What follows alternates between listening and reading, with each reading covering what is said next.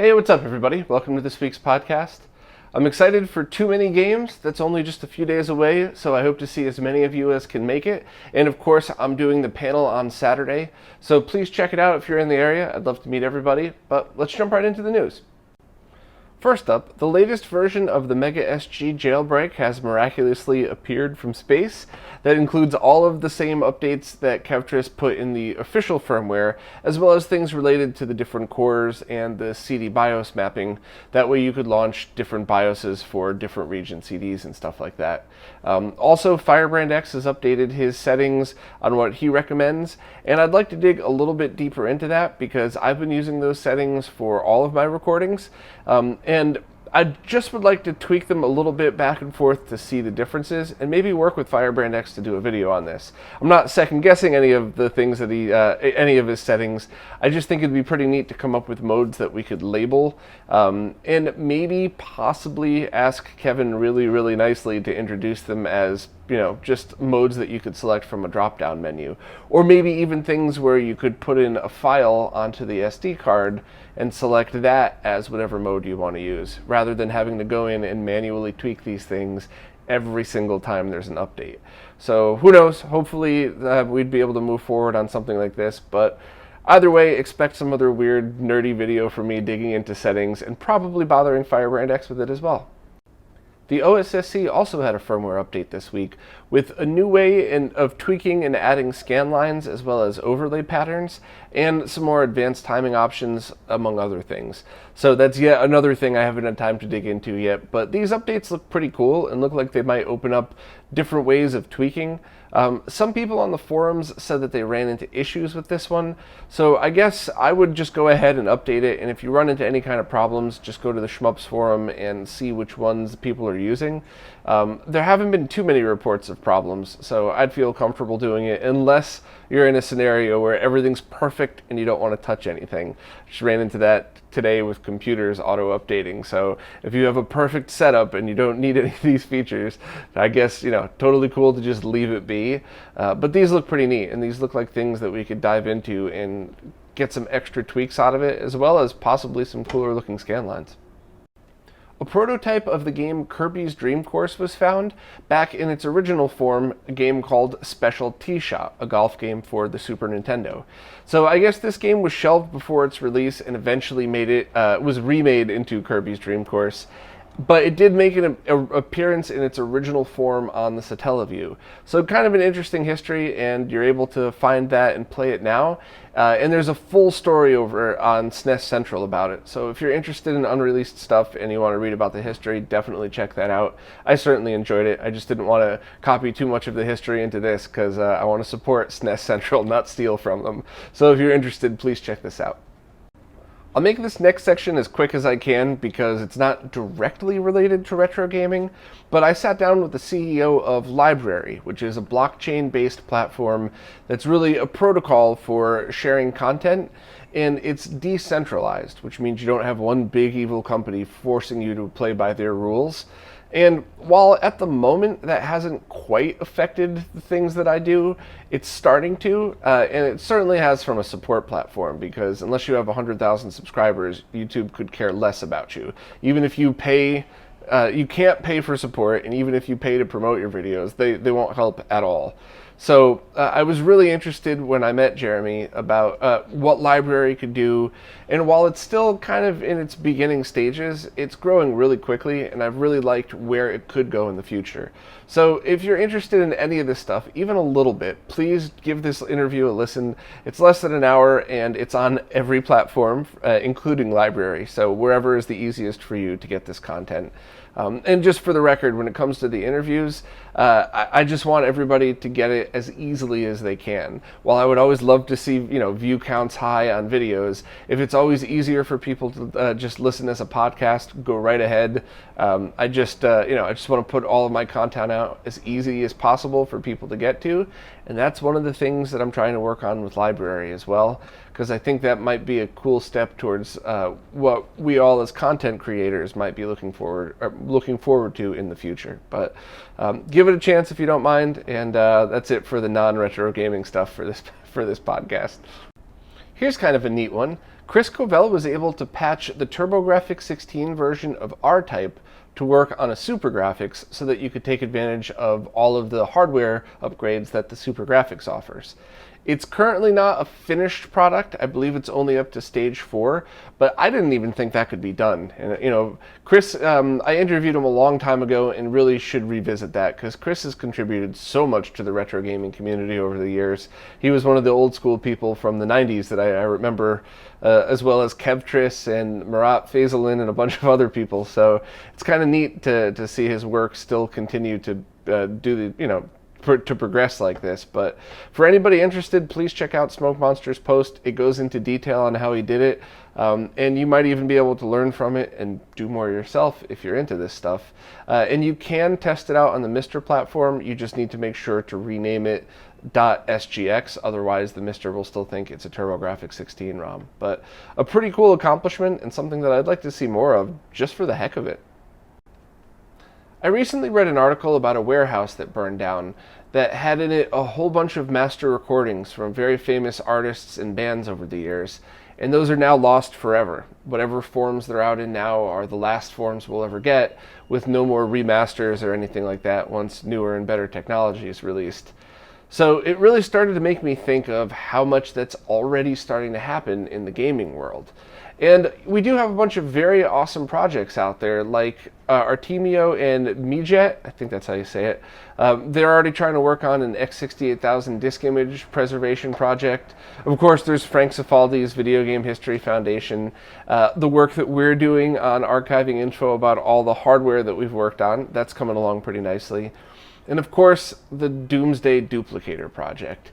And that's the one that I keep going back to, and I really hope to spread a lot more info about and try to make it as popular as I can, because the thought behind that is something that I think, with enough really smart people working on it, can be applied to almost any analog physical media.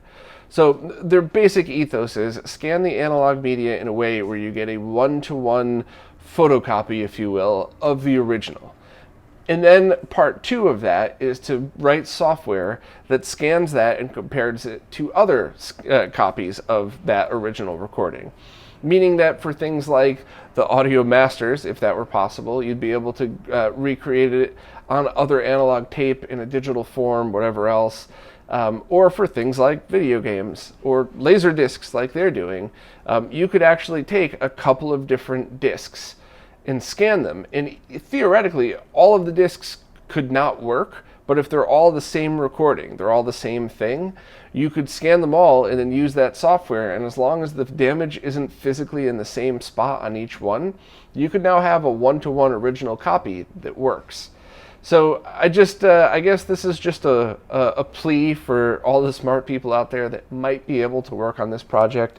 Please check out the Doomsday Duplicator project and the LD Decode. I did the interview with the 2 main people behind it, but it's starting to branch out to a few more at least, and see if at least at all in its current form, it's something we might be able to apply to any other physical media. Because even if it's just you stick in your 3.5-inch floppies or 5.25 floppies, get them scanned, get them archived somewhere, anything like that would be great. So we could start building an original archive of all of these things. Because I made the quote at the beginning of this piece that I wrote. Remember that Cinderella song, "You don't know what you got till it's gone"? It's such a cheesy line, but it's so true, especially with all of this stuff. And very often you hear people say after it's gone, like, well, didn't anybody back it up? No. So I think that's up to us. So I'm going to quit my rambling now. Please give this a read if you're interested at all. But more importantly than anything, check out the Doomsday Duplicator and LD Decode projects and see if there's anything that you might be able to contribute to.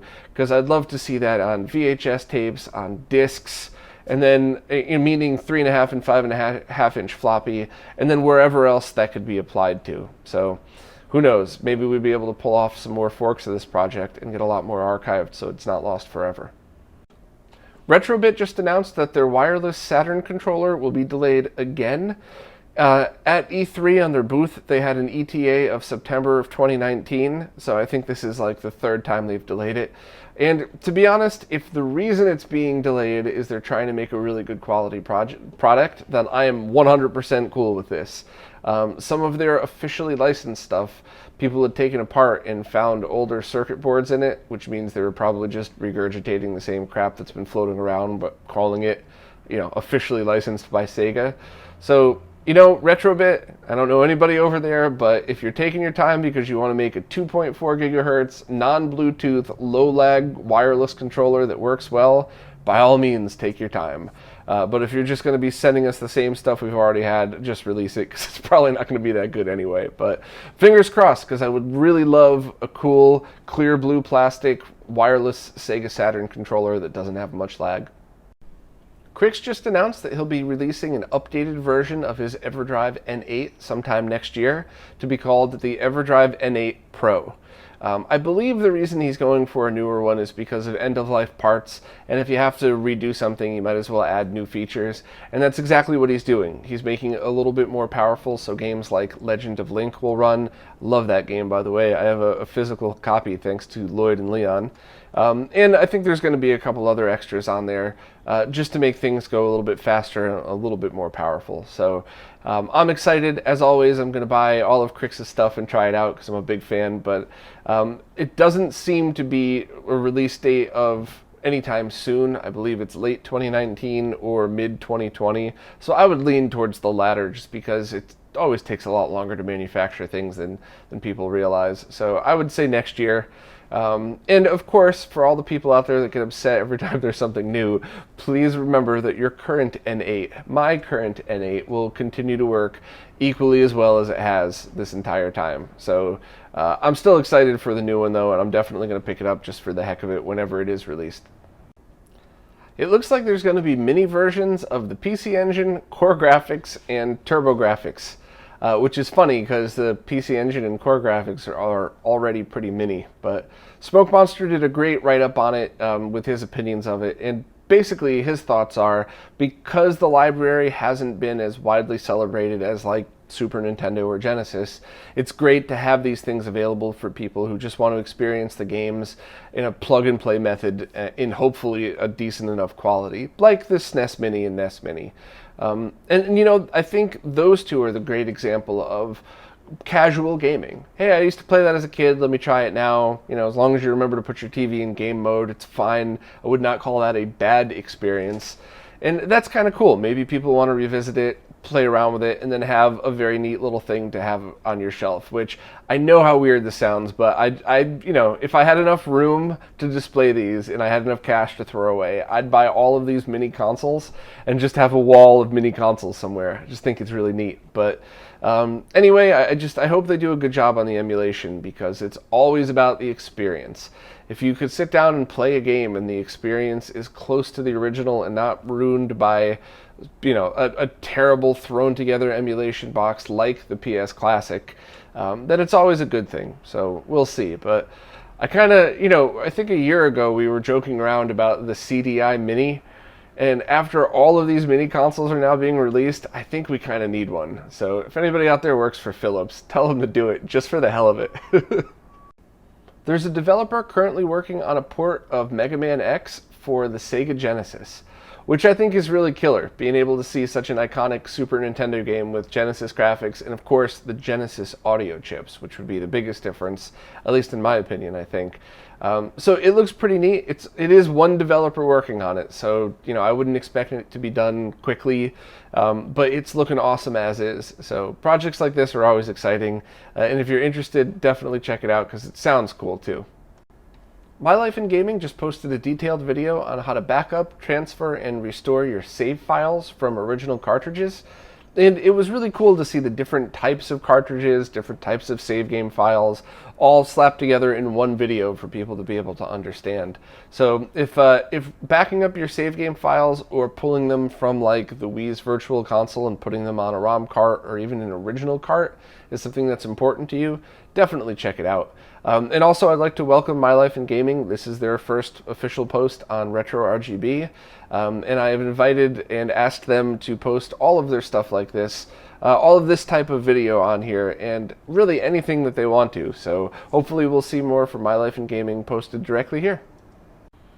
Terra Onion has just announced and released the Mega SD, which is one cartridge that plays Master System, Genesis, 32X, and Sega CD games, all from the cartridge. So that's an optical drive emulator without the need for original Sega CD hardware. And that's playable on any Genesis console, including Kevtris's Mega SG. So this is a pretty big deal, as I'm sure you could imagine. I have a very, very detailed video. It's a 25-minute long video being released tomorrow, Thursday, or depending on when you listen to this, maybe it's already out. But I love this thing. I really did order two. I borrowed one of them in order to do the video, so thank you to Todd and Terra Onion for that. But I really legit bought two of them the moment they went up for pre-order on Monday. One's for me, one's for Scott. This thing is now my favorite way to play Sega CD games.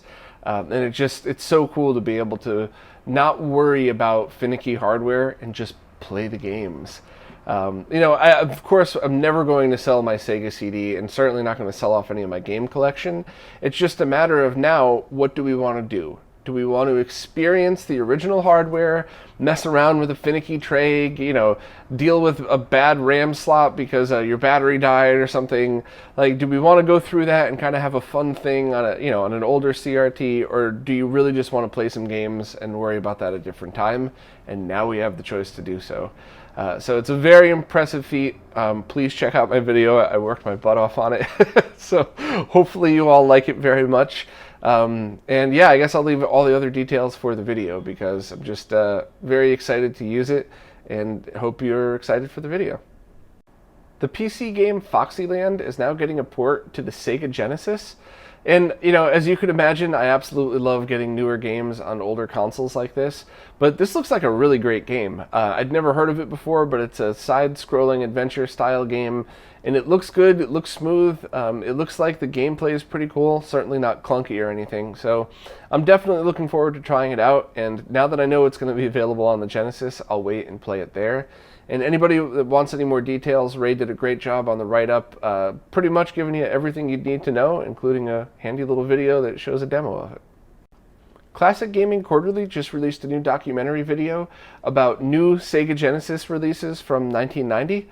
And afterwards, Smoke Monster was able to go and do a live stream with the full interview with him. So I haven't had time to check out the video yet, so I don't know too much about it. Usually with longer documentary style videos, I sit down on the couch and give them the attention they deserve, just like a Digital Foundry or My Life in Gaming video. So I didn't want to just skim it and give a synopsis. I'd rather be honest and say it looks like a cool video. I'll probably watch it this weekend, and I'm definitely going to follow up with the Smoke Monster interview afterwards so I could hear what Classic Gaming Quarterly had to say about it themselves after the video was released. Someone recently posted a guide on how to mod their Myst. Now remember, that's not the Mister, that was the precursor to the Mister, but how to mod their Myst with Wi-Fi support so that they could use their Amiga core online so that they're able to check the Amiga BBS as if you would on an original console. So it's just very neat to see all of the support to get these older computers, or even the cores of the older computers, running to mimic their exact use back in the day. Very neat thing, and something that I'd like to see demoed myself one day. While I haven't really used the Amiga, I think I saw it demoed once. There's just the classic experiences of some of these things are worth revisiting.